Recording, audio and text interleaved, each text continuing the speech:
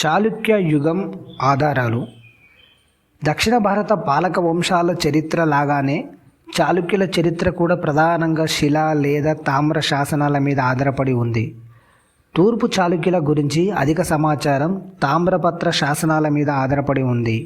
ఇతర రాజవంశాల శాసనాలకు భిన్నంగా తూర్పు చాళుక్యుల తామ్రపత్ర శాసనాల్లో మనకెంతో ప్రత్యేకతలు కనిపిస్తాయి. అందులో కుబ్జ విష్ణువర్ధనుడి నుండి 5వ విష్ణువర్ధనుడి వరకు ఉన్న తొలి కాలపు రాజుల శాసనాల్లో 3 తరాల వంశస్థుల పేర్లు మాత్రమే కనిపిస్తాయి. అంటే శాసనదాత, అతని తండ్రి, తాతల పేర్లు ఉంటాయి.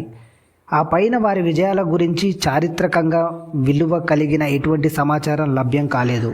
మొదటి చాళుక్య భీముడు క్రీస్తు శకం 892 నుంచి 921 సంవత్సరం వరకు పరిపాలించాడు. ముందుగా 5వ కలివిష్ణువర్ధనునికి 3 కుమారులు. అందులో గుణగ, మొదటి విక్రమాదిత్య, యుద్ధమల్ల. ఈ చాళుక్య భీముడు మొదటి విక్రమాదిత్య కుమారుడు. మొదటి చాళుక్య భీముడు సింహాసనాన్ని అధిష్ఠించాడని అతని పినతండ్రి యుద్ధమల్లుడు వ్యతిరేకించాడు.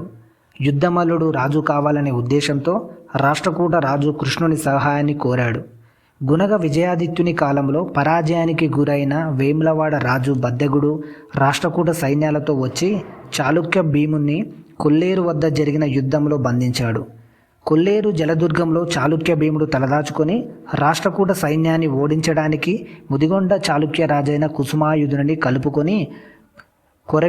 కలుపుకున్నాడని కొరవి తామ్రశాసనం క్రీస్తు శకం 935 తెలియజేస్తుంది. తన పెంపుడు తల్లి కుమారుడు అయిన మహాకాలుడిని దండనాథుడిగా చేసుకొని రాష్ట్రకూటులను ఓడించి తరిమి కొట్టాడు. ఈ చాళుక్య భీమునికి 2 కుమారులు, 2వ విక్రమాదిత్య, 4వ విజయాదిత్య. ఈ దారుణ సంగ్రామంలో భీముని కుమారుడు ఇరుమర్తిగండ, నిడదవోలు, పెరవంగూరు యుద్ధాల్లో రాష్ట్రకూటులను సంహరించే పనిలో ఈ 2వ విక్రమాదిత్యుడు చనిపోయాడు. తన తనయుడి గుర్తుగా భీముడు విడదలూరు గ్రామాన్ని అగ్రహారంగా చేసి దానమిచ్చాడు. చాళుక్య భీముడు ద్రాక్షారామంలో భీమేశ్వర స్వామిని ప్రతిష్ఠించాడు. ఇతను 30 సంవత్సరాలు పరిపాలించాడు. ఈ 30 సంవత్సరాల్లో 360 యుద్ధాలు చేసినట్లు అతని శాసనాల్లో. చాళుక్య భీముని తర్వాత అతని మరో కొడుకు కొల్లబిగండ. ఇతన్ని 4వ విజయాదిత్యుడు అని అంటారు. ఇతను క్రీస్తు శకం 921 సంవత్సరంలో 6 నెలలు పరిపాలించాడు. ఇతని కాలంలో కళింగ గాంగ వంశస్థుడైన 3వ వజ్రహస్తుడు తిరుగుబాటు చేస్తే అతనిపై విరాజ యుద్ధం చేసి ఓడించి అదే యుద్ధంలో చనిపోయాడు. ఇతని గురించి నిన్నటి మన వీడియోలో మొదటి అమ్మరాజు రాగి శాసనంలో తులా పురుష దాన కార్యక్రమాన్ని నిర్వహించి అనేక మంది బ్రాహ్మణులకు బంగారు కుప్పలను దానం చేశాడని ఉంది. ఈ మొదటి చాళుక్య భీముని శాసనములో ఉన్నది. ఈ శాసనము సంస్కృత భాష, తెలుగు అక్షరాల్లో రాయబడింది.